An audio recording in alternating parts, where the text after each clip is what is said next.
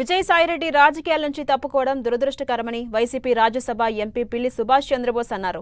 రాజకీయాలకు ఎందుకు దూరం అవుతున్నారో తెలియట్లేదని చెప్పారు. తాను ఏ పార్టీలోకి వెళ్లబోనని వైసీపీలోనే ఉంటానంటున్న పిల్లి సుభాష్తో మా ప్రతినిధి గోపి ఫేస్ టు ఫేస్.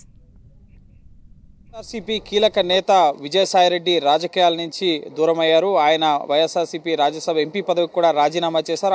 రాజీనామాని ఉపరాష్ట్రపతి రాజ్యసభ చైర్మన్ జగదీప్ ధన్కర్ ఆమోదించడం కూడా జరిగింది. అసలు ఎందుకు ఇటువంటి నిర్ణయం తీసుకున్నారన్నది వైసీపీ నేతల్ని ఇప్పుడు షాక్కు గురి చేస్తుంది. చాలా విచారం వ్యక్తం చేస్తున్నారు నేతలు. ప్రస్తుతం మనతో పాటు పిల్లి సుభాష్ చంద్రబోస్ గారు వైఎస్ఆర్సీపీ రాజ్యసభ ఎంపీ ఉన్నారు. సార్, విజయసాయిరెడ్డి గారు రాజకీయాలకి రిటైర్మెంట్ ప్రకటించారు. ఈ నిర్ణయాన్ని ఎట్లా చూస్తారు? ఎందుకు ఇటువంటి పెద్ద నిర్ణయం ఆయన తీసుకున్నారనుకుంటున్నారు? చాలా బాధాకరమైనటువంటి నిర్ణయం ఇది. నేను ఎప్పుడు ఆ కోణంలో చూడలేదు ఆయన విజయసాయిరెడ్డి గారిని. చాలా రాజకీయ పార్టీలో ఒకవేళ అధికారం లేని పార్టీ ఉన్నప్పుడు చాలామంది వెళ్ళిపోతూ ఉంటారు, సహజంగా జరుగుతూ ఉంటాయి. కానీ వాళ్ళతో పోల్చలేను విజయసాయిరెడ్డి గారిని.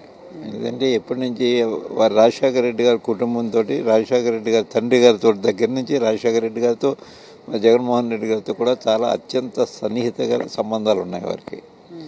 మరి ఎందుచేత ఆయన వెళ్ళిపోవాల్సి వచ్చిందనేది మరి ఆపరేషన్ భారతీయ జనతా పార్టీ ఏమన్నా ఆపరేషన్ దేనికి ఎందుకు వెళ్ళిపోయారు, దానికి వాటిలో కూడా వెళ్ళిపోవాల్సిన అవసరం కూడా లేదు ఆయన. మరి ఏంటి కారణాలు తెలియలేదు. ఇప్పుడు వెళ్తాను, ఆయనకి వెళ్ళి వచ్చిన తర్వాత మళ్ళీ మీకు ఏమనిపించింది ఆయన దూరం అవడం పార్టీకి? చాలా దురదృష్టంగా చెప్తున్నాను కదా. ఆయన ఒక కీలక నేత, ఒక వెన్నెముకలాంటాడు మా పార్టీకి. ఆయన వెళ్ళిపోవడం నిజంగా నేను అది జీర్ణించుకోలేకపోతున్నాను. అది చాలా బాధాకరంగా ఉంది నాకు. అంటే కేసులు ఇవన్నీ ఇప్పుడు కూటమి ప్రభుత్వం అధికారంలోకి వచ్చింది. కేసులన్నీ పెద్ద ఆయనకి ఇప్పుడు ఎవరన్నా కొత్తగా వచ్చి పడిపోయినాయా? పాతవే కదా అవన్నీ.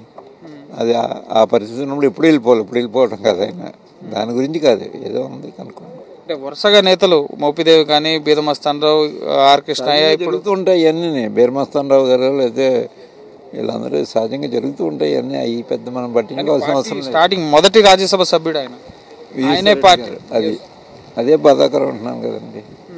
మరి ఎట్లా పార్టీలో ఉండమని చెప్పి చాలా మంది లీడర్లు కోరారు కూడా. కానీ ఆయన జగన్తో కూడా ఫోన్లో మాట్లాడాను, చెప్పాను, ఆయన కూడా వద్దన్నారన్నారు. కానీ ఇంత బలమైన నిర్ణయం తీసుకోవడానికి ఖచ్చితంగా ఒత్తిళ్లు ఉన్నాయనుకుంటున్నారా? ఉండొచ్చు. మరి ఎట్లా సార్ మీ పార్టీ ఎట్లా సర్వైవ్ అవుతుంది 2024 ఎలక్షన్స్ తర్వాత? నెక్స్ట్ ఏంటి పార్టీలో అటువంటి పెద్ద లీడర్లే బయటకు వెళ్ళిపోతుంది. ఇందిరాగాంధీ గారు ఓడిపోయిన తర్వాత చాలా మంది వెళ్ళిపోయారు. ఆగిపోయిందా? ఏం ఆగలేదు కదా. అయితే మళ్ళీ వస్తాం మేము, దాంట్లో అనుమానం ఏం పడక్కర్లేదు. అప్ అండ్ డౌన్స్ అని సహజం, అత్యంత సహజం.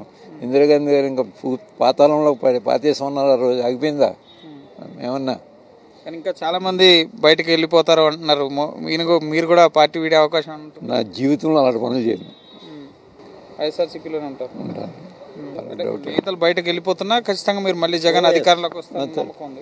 ఖచ్చితంగా ఉందన్న చెప్తున్నాను కదా. దేశం మన ఇందిరాగాంధీ గారు ఏమన్నా అప్పుడు చాలా మంది వెళ్ళిపోయారు, ఆగిపోయిందా? ఇదంతే.